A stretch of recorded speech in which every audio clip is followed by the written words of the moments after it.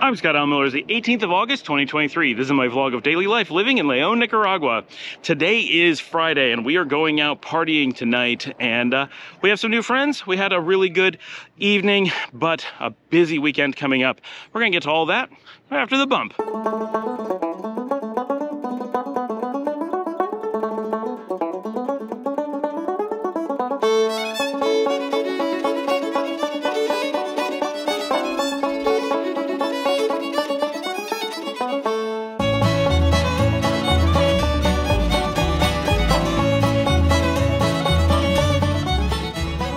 Being a Friday, that means it's a busy work day for me, as always. But I like working Fridays because, just like everyone else, I sense the weekend coming. Of course, for me, weekends typically mean just a chance to get more work done. So, you know, it's a very productive time for work rather than during the week. I get stuck talking to people a lot and don't get a lot done. So I actually appreciate my weekends quite a bit just because I like to work and be more productive. All right, so it's Friday night and we're heading out to do, we wanted to do a live video cast from El Padrino this evening because Rock Membranza, which is a very hard word to learn to say, is performing there, which is a bunch of people we know and someone we know of, but we don't really know him. But the bands, especially here in León, there tend to be a lot of people who cross over between bands just because the music scene is only so big, but it's really popular. So there's a lot of people, like, for example, if you're a drummer in one band, you easily are a drummer in 4 or 5. I don't know how they manage to schedule it all. It's really complicated, but so we tend to know a lot of people in most bands, but sometimes there'll be somebody we don't know in any given band combination at the moment. So Rock Membranza is somewhere where we know of all the people and we know all but one of them personally. That's most of the members of Cadejo. So we went to El Padrino to watch them. We actually had a really good group that came out tonight. We had a couple different friends that came in from Managua, lots of friends from around town. We got several really big tables in the restaurant, and for the first time we're handing out Nica Rumba flyers at the event tonight, but the internet is not very good. The cell service is very bad at Patio El Padrino, and so we were not able to do any live feed. We got some video recordings, but just little shorts and stuff. We just didn't do the live event, didn't work from there. So that's where we started the evening. And this afternoon, I got to hang out with Frank Javier, who you guys know from the channel. He comments a lot, and he ran the competitions to try to get us the new camera, and it was really cool. He and his wife Carmen came out and hung out at the estate and got some time there. We had a really nice time. And then they were like, we're not really like going out people, like it's not our thing, but we got them to come out to El Padrino with us this evening, or they showed up and joined us, and we had a really cool evening hanging out with them and loads of friends. It was just a huge group of friends at the event tonight, so that was really cool. Really glad that they made it out, and he was wearing one of my Scott L. Miller vlog t-shirts, which is also very cool, and so that was a really good show. The band was excellent. I mean, they always are, right? It's only one person different than the band that we like to see all the time. But we had a really good time seeing them. But other friends of ours in Revolver are playing over at Via Via this evening as well.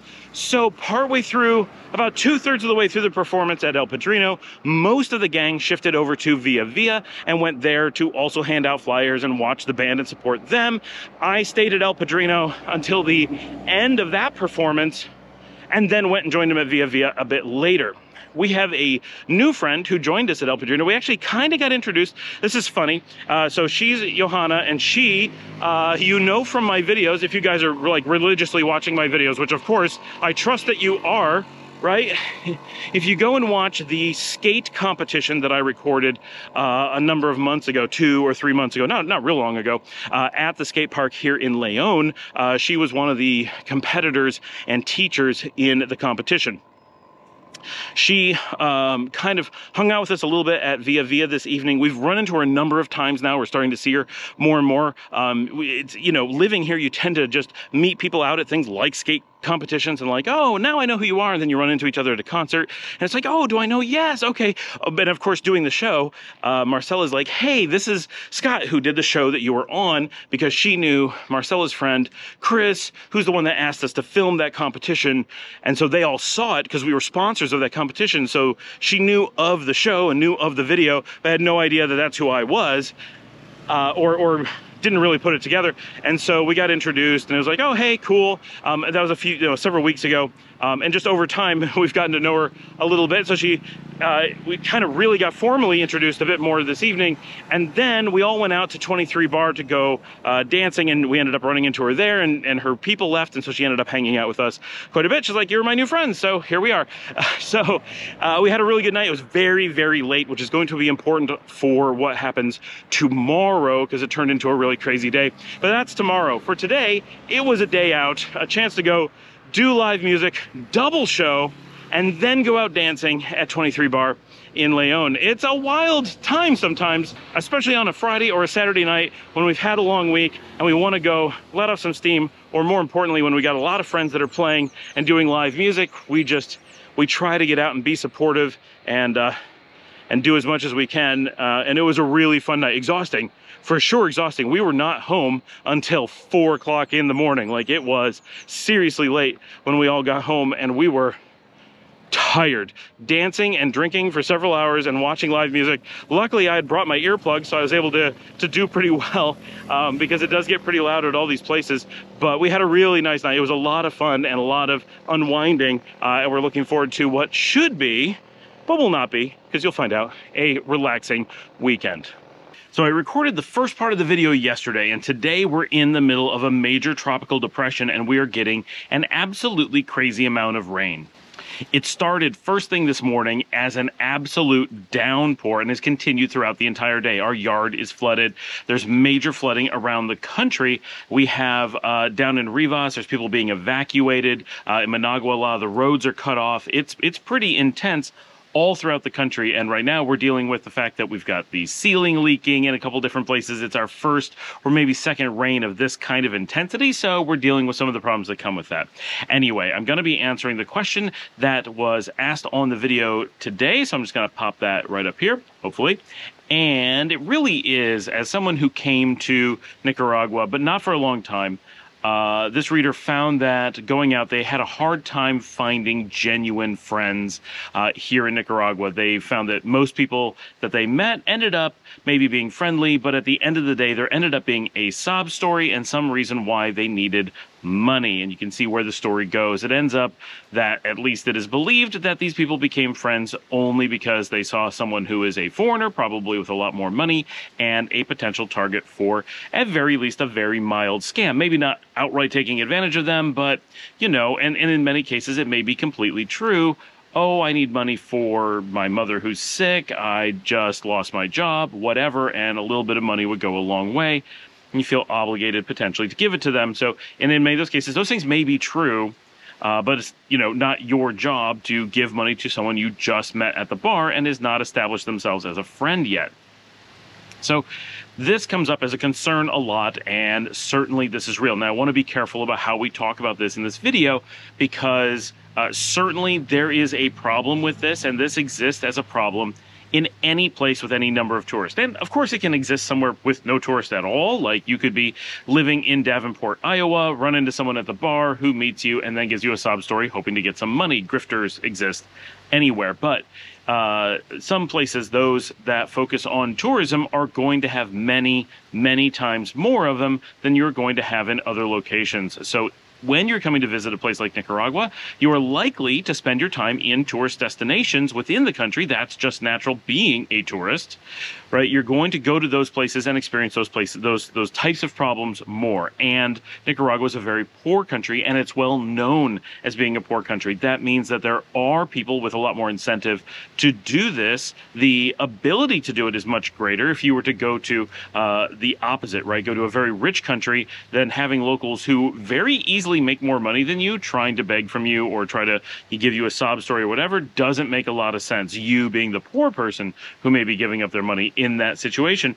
And also, because it's well known, they know that you know that it's completely reasonable that they don't have financial resources. So the fact that you may be able to easily help them with a very outsized income compared to theirs makes a lot of sense. So there's a lot of things about Nicaragua, especially for like North American or Western European tourists, when they come here, that naturally creates this as a type of thing that's going to happen more often than in many other situations. So it is true that it happens. It is also true that it is not the only story that you're going to get here. So I really do want to address this because I think it's first of all, it's a very good question, right? And it's a real concern, and it's something we really don't talk about very much because it's got a lot of negative and it's got a lot of baggage, right, to being a topic. But it is something that needs to be addressed because I think it becomes part of the experience of living in and moving to a place like this. So let's start with a little bit of my background here in Nicaragua. When I first moved here, I lived in Granada. That's 8 years ago. When I lived there, one of the things that was really prominent in our experience was a non-stop flow of people coming either to our house or coming up to us when we were on the street, whether begging us for money or trying to sell us something that we had no interest in whatsoever and no reason to be trying to buy, or otherwise harassing us and trying to get something, right? That was a constant experience in Granada, and I've mentioned before, it is the #1 reason why we decided not to move full-time into Nicaragua right away, and it is the #1 reason why we chose somewhere other than Granada or any other tourist center in the country, because we did not want to be around that again. That was a really strong cultural mechanism going on in Granada. When we were in our home, even though we were fairly far away from the center, we were still in the tourist area, so we were in El Centro, but only barely. We were on a small side street. We were up against a river on the northwest side, and still we'd have a regular flow of people who would come to our door, look in the windows, yell at us. If they saw that I was in a meeting, they would scream over the sound of the meeting so that I'd be forced to pay them to go away. If we walked to the market or to the restaurants, we'd be accosted by people trying to beg from us along the way. Now, it's important to say, never was this dangerous, never was it too much that we couldn't handle it at any given time. It's just so much that over time it wore us down and became a I don't want to live this way kind of thing. And so, and then when we get to a restaurant, there would often be people that would come up and beg from you while you were eating. And someone would come up and try to sell you something that you have no interest in while you're eating, right? Selling you bubble gum, selling you Hall's mentholyptus, selling you beads or whatever, little tiny things. And sometimes if you're just a tourist, right, you're just there for a weekend, this is it, you're going to get one thing from Granada, they came to your table, why not? You're going to buy it. That's why they bothered to do that. We get the same thing here on the beach, but we also control it. We know there's a girl who walks around on the beach and has crafts made out of seashells. They're honestly nothing special, but she's local, this is her job, and we let her do it, and she doesn't cause any problems, and she's super polite, and it makes for a good blend of, well, they need some income, and this is someone who, you know, they're not someone who came in from out of town to take advantage of tourists. They actually live here and this is their income, but they're still going table to table and introducing themselves and trying to sell seashell art. But it's kind of a middle ground. In Granada, though, it becomes overwhelming. The people doing this are everywhere, and you spend your entire existence there simply going, no gracias, no gracias. I said no gracias, right? And pushing people away. And sometimes they can get belligerent. Not very often, but it can happen, especially if you're dealing with drunks. And that does happen quite a bit. And you'll also have to deal with small children doing this on a regular basis. Now, it's not always to tourists. This is worth pointing out.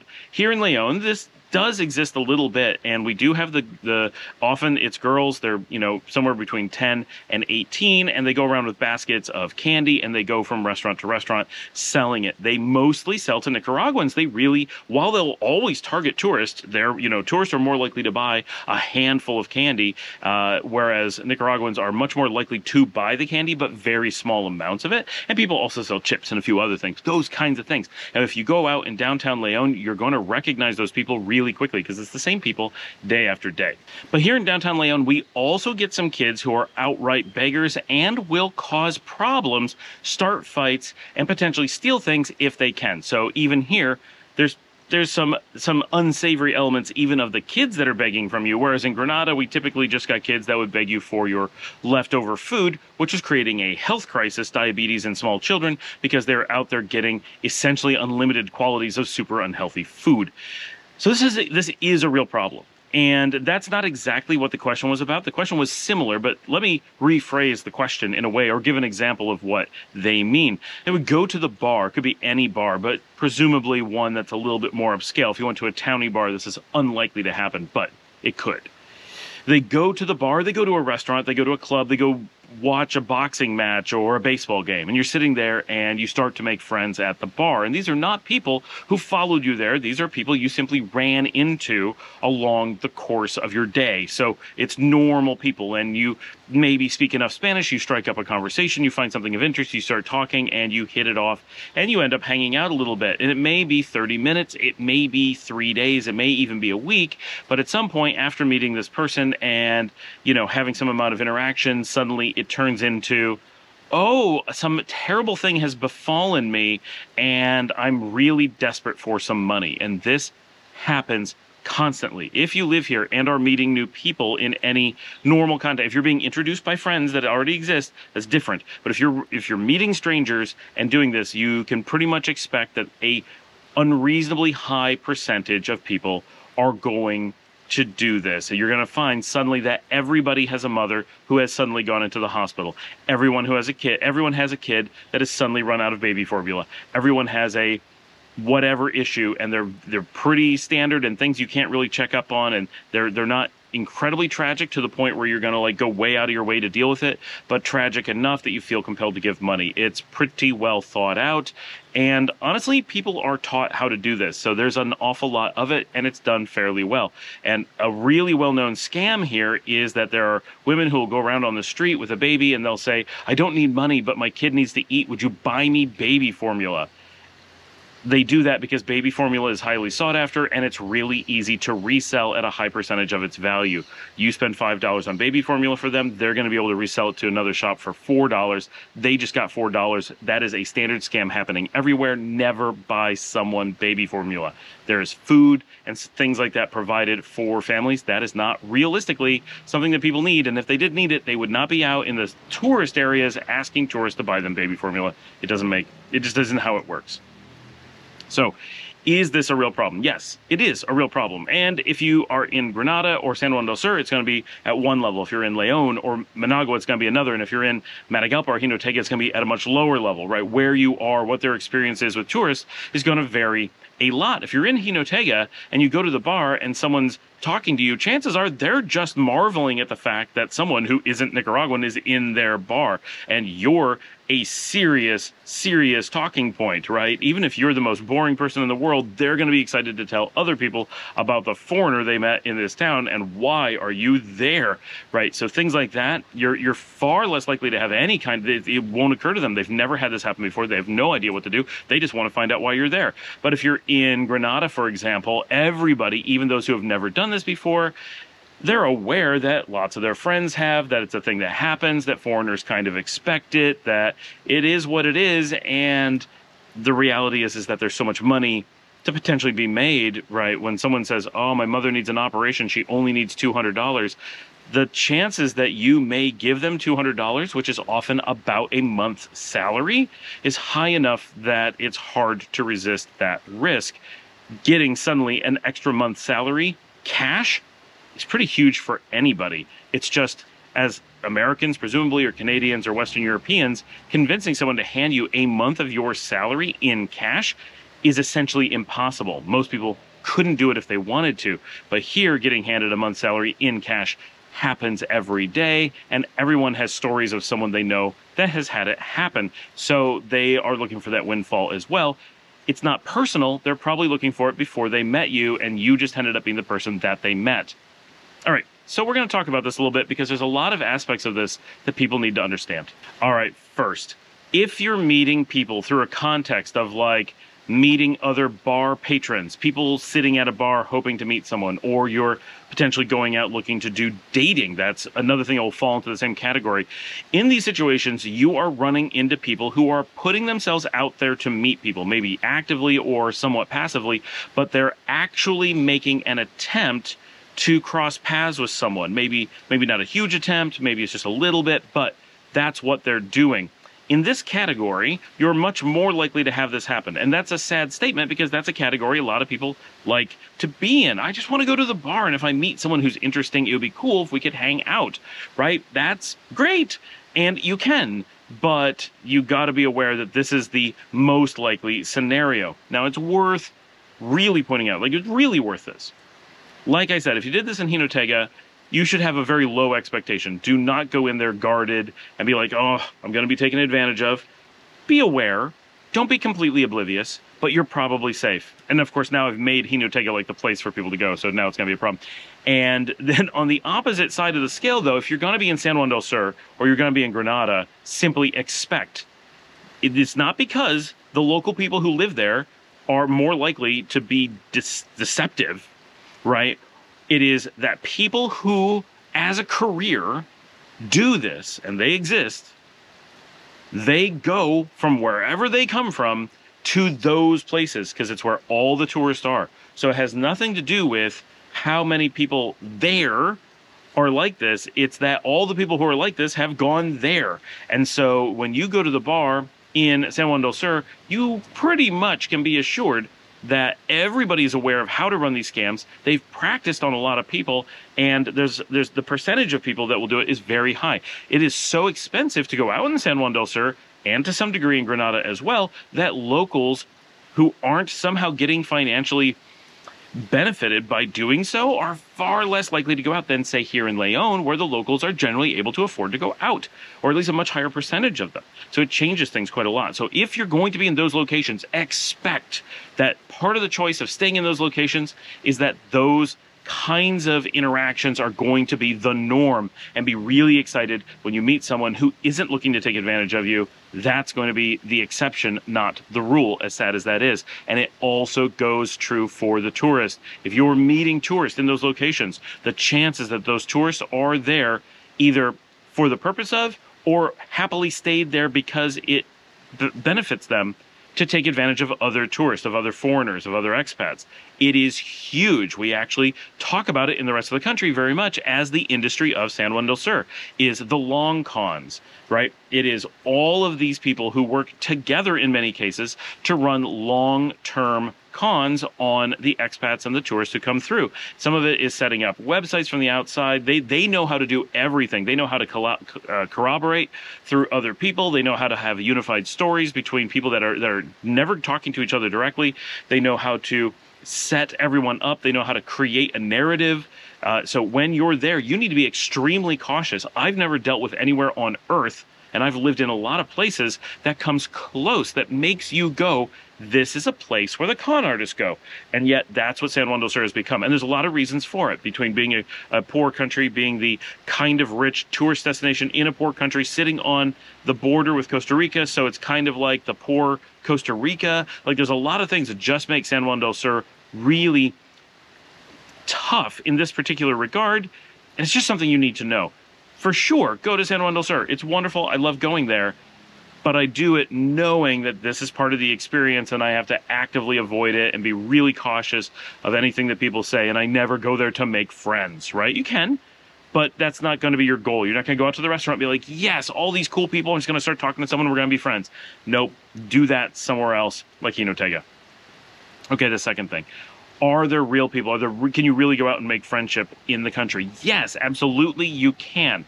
We have loads of really close friends here, and people who have been friends for years, and people who have never asked for money, never asked for it. And it's important to give some context here.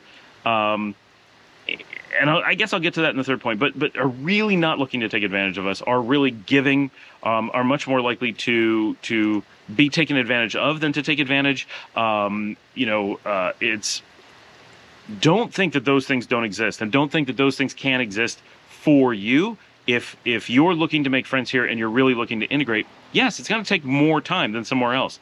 You have these things you may have to work through, but those real connections really do exist. But I can say I lived in Granada. I never made friends in Granada. I mean, that's not quite true. One of the guys who sells beads on the main drag, we've kind of gotten to be friends over the years. And, we knew a few people, but we never really developed a close kinship. And here in Leon, where we've lived longer, to be fair, but also the interactions with people in public is just very different. We have a great many really close friends, far more than we had in the United States. And, every one of them, I can say, very, very honest, wonderful people who are genuinely interested in getting to know us and being our friends. Now, that said, there are some aspects you need to understand. If you're in the United States and you had a low income and you had friends who had extremely high incomes, we're not talking about you make 50K and they make 70K. We're talking you make 30K and they make, say, 800K, right? Really, really big gaps. The kind of money where what they earn in a month, they can pay all their bills and the amount left over is more than you make maybe in a year. Right? Or somewhere close to that. Kinds of numbers that are just absurd to you. And you become friends. There's a real possibility, without any effort or forethought on your part, and certainly not why you became friends with them, that at some point, if you become financially strapped, you may ask them for help. Maybe it's just a loan, or maybe you get to know them really well and you're like, it's not that much for you. Could you possibly help me out with this thing? Or whatever. You can picture very quickly what that's like. And that's not you being disingenuous. That's not you trying to take advantage of someone. That's not you seeking out that scenario. It is simply something that happens because it makes sense. You've become friends with someone that can solve your problems without it really impacting them in any negative way. And your life may be really detrimentally impacted if they don't. In that scenario, there's every possibility that that may come up. And it may be as simple as, look, I need to do this thing and I can't do it if you don't loan me the money. Or we're going to go out to the bar, but I can't afford to go out tonight. Like, I got you, man. I'll buy the beers. My dogs are going crazy because there's some birds in the tree right here and they can't get to them, so they're barking at them like crazy.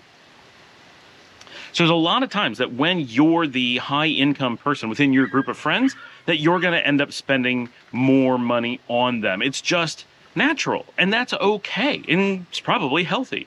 When I lived in Texas, there was a long time that I had a much higher income than a lot of my friends, and a lot of my friends would come to my house for that reason, not because they were trying to take advantage of me. People that are some of my closest friends in the world, it's because it's what made sense. We had a larger house with more space. Even when they were going to throw a party, they might use my house. They stayed at my house all the time, even though they had their own places, but mine was nicer and more convenient. So they would take advantage of that. And sometimes when they needed money or we wanted to go out and they couldn't afford to go out, but we wanted to go, I would pay for things so that they could go out too. And I wasn't going out alone, or so that we could enjoy something as a group.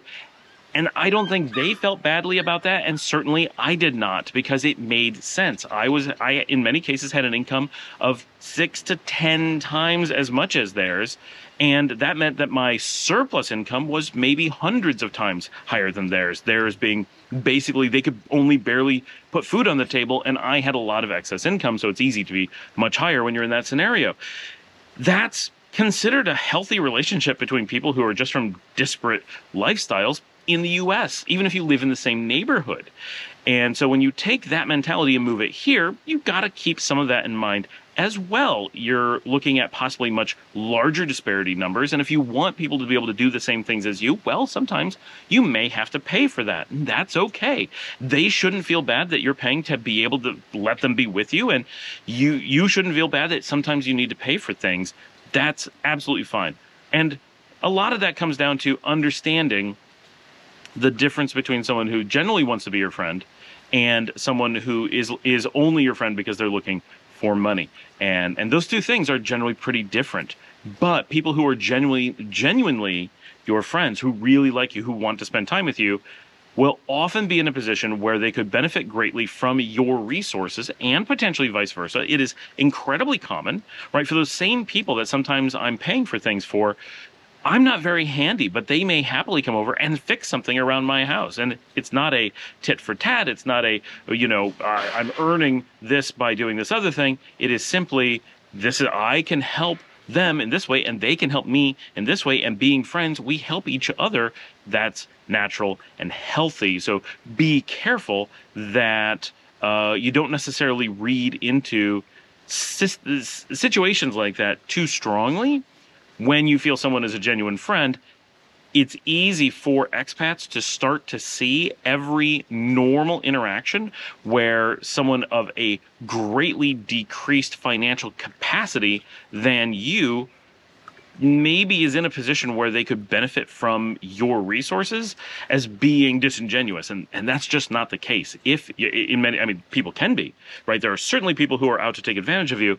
That is completely different. If you're in that situation where one person has these resources and another person doesn't, it is natural that they're going to share when they're friends, because everybody benefits. And that's part of being friends. We help each other. And it can be as simple as, oh, I can help you find a job. I can introduce you to someone who's hiring. I know where this thing's happening.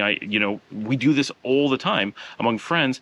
And we don't normally notice it in our own country, but when you come here, because you're on the lookout for these other things, it can make very normal, healthy interactions suddenly seem like maybe you're being taken advantage of. And I encourage you to really have a lot of empathy and say, okay, if this was my friend and this thing happened to me, would I not come to someone who could help me with that? And I know in reality here, we go out of our way to voluntarily give for, oh, do you need to borrow money? Let us help, right? Did something happen?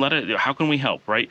And making it clear that, we're volunteering this because so many people are hesitant to ask. They're afraid to say. And I know I've had friends here for years who are like, I will not take any money from you, blah, blah, blah. And after years, I'm finally like, okay, look, there are times that you need to do things for me, and making you spend your own money and then I pay you back because it's for me. It's not even for that.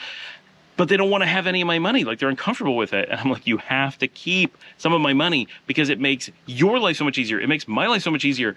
Like, I trust you. This is not a problem, right? And it's not like $100,000 or anything like that. It's maybe $100. Just keep this on hand. And then, if you spend it on things, like, I'll pay you back, right? And keep it so you're always ready. So you really will get people, and a lot of them, who are like, I don't want your money. This is not what that's about, because they're afraid of that impression.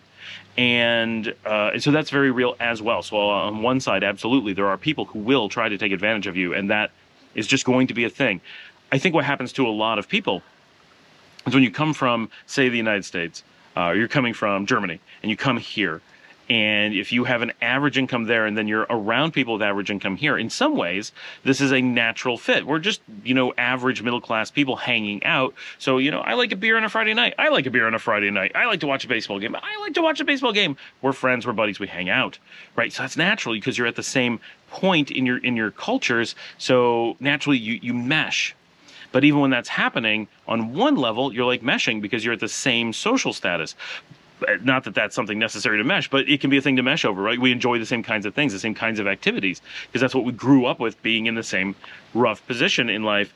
And then you add into it that one may earn 25 times what the other one does, or possibly even more, 30 or 40 times. It would not be unreasonable at all. And suddenly, in some ways, you're your peers. And in other ways, it would be much like you hanging out with someone in the US who makes millions of dollars, 7-figure income, and that changes things. Like, there's very little way for you to hang out with someone who has millions of dollars and not have, when you don't, right? When you have just a normal lowly income, maybe you're, the local Burger King manager, and when your friend, so this actually happened to me. I was a restaurant manager, a hotel manager actually by the time, and I ended up working for a friend of mine who had millions of dollars, right? And there's a certain amount of that interaction. You just have to recognize that, okay, there's a lot of resources here and I don't have them. And a lot of times we would go do things and he'd be like, we're going to this bar, and go to some really crazy expensive bar. And he would pay for everything, right? Because he knew I couldn't go. I could go one time, but it would be a problem. And we couldn't go the next time. And I wasn't the one asking to go to those places. He wanted me to go hang out with him. And so we would go and he would pay. And that was normal. We ended up working together for a very long time. And so a lot of times it was the business paying for things. But there were times where it was like, let's just go out and, get drinks at some expensive place. I don't want to go by myself. Let's go and hang out.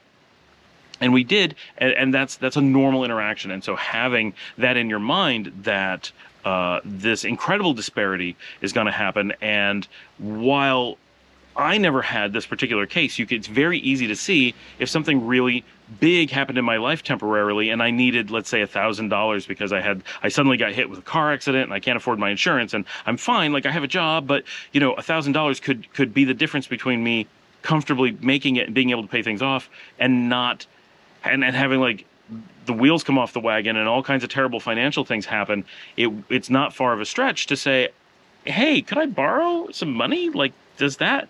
And it would not be unreasonable at all for him to say, look, I'm not comfortable with that. Like, I don't do that. It would also be completely okay for him to be like, Of course, like, you don't even have to ask. Here you go, right? It can go either way. You, as the asker, you need to be open to both possibilities, of course, but it is definitely in an area where if you did this in the United States, you probably wouldn't think anything about it. If you later heard the story, oh, I once had to borrow $1,000 from my buddy who it didn't hurt at all, like he wasn't needing it that particular month, and I did pay it back eventually, right?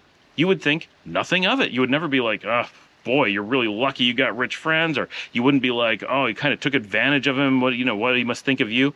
You would never think those things. Here, you shouldn't either.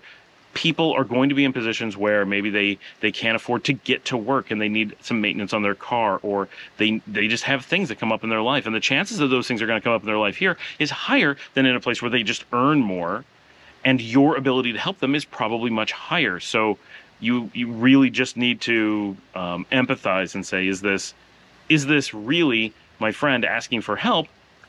Do I want to help? And this could go for relationships as well. If you're dating here, you're going to almost for certain run into the same things.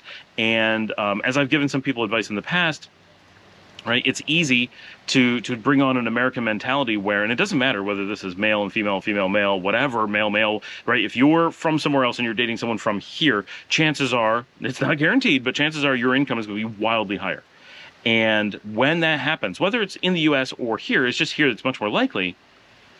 There's generally a really good reason why one person is going to expend financial resources for the other. And when you're dating, it's much more likely than when you're just friends. But even then, this happens.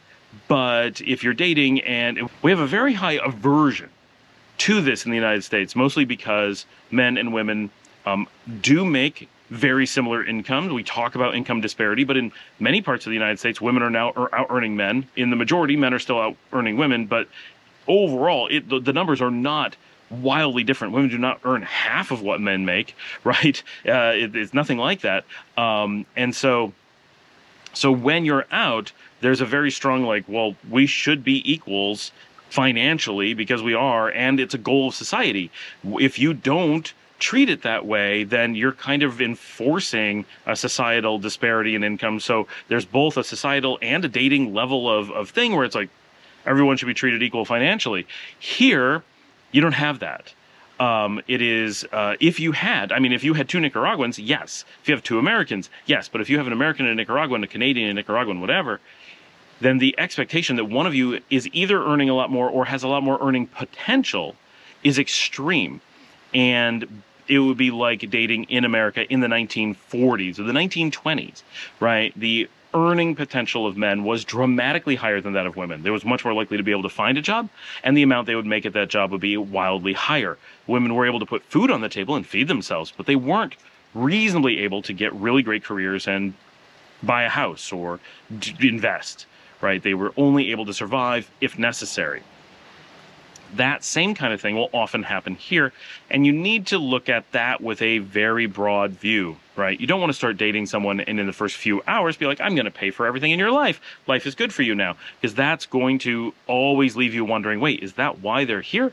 But once you are in an established relationship, once you're in a point where you feel comfortable that you really care about each other and this is something you want to, have as a relationship, well, you need to look at the broad view financially and say, why would you not pay for things, dinner, housing, right? If you're going to get an apartment together, just pay for it. If it gives you the best things you want in your life and benefits your partner as well, why would you hold back? And it's still common for married couples in the United States. You still may often have single income families. It's far less common now, but it still exists. And when that happens, you don't say, the person who's staying home with the kids is, they're not earning anything, so I'm not going to pay for some amazing house. No, of course. You still try to get the best house and the nicest cars and go out to the nice restaurants, even though it's one person paying and one person not. Right? I shouldn't have to say that, but that's often people look at things very differently when there's this cultural gap. I think it creates a lot more of a concern than should really exist. Certainly, what our reader brings up as, a lot of disingenuous people waiting for him at bars, that's real, right? I'm not downplaying that, and I'm not saying it's not real, because it is, and it's sad, and it creates a lot of problems. But you don't want to bring that baggage into other relationships, whether it's your friends or you're dating or whatever, You want to say, no, this is our life together, your life with friends, your life with your spouse, whatever. And we want to do the thing that makes sense. How would I treat this if I lived in another country? You shouldn't really treat it differently here. You shouldn't have that aversion to taking care of people financially. And it's true. And really, I feel like it's more so I have to tell Nicaraguans, you should not have an aversion to rich foreigners doing that, right? Be cautious of not being disingenuous, but if these are legitimately your friends and they can legitimately help you and they legitimately want to, and it really is something you need, you shouldn't feel bad that someone has the resources to assist you and is willing to do so. But it can feel that way, and they can be worried about it because they know these things are such a problem. But it's just reasonable when, for many of us, and I think this is an important point, for many of us in America, if you're in a situation where you're working and you're an adult, the amount of money that you earn is high enough that it can be nearly impossible for anyone you know to simply step in and solve problems for you or make really large financial contributions that dramatically impact your life. They can't pay off your loans, they can't buy you a car, they can't give you housing. But if they could, it would change our reaction to it quite a bit. And here in Nicaragua, those are the kinds of things that happen. Someone may be homeless, and you, without even noticing an impact on your finances, may be able to solve that problem.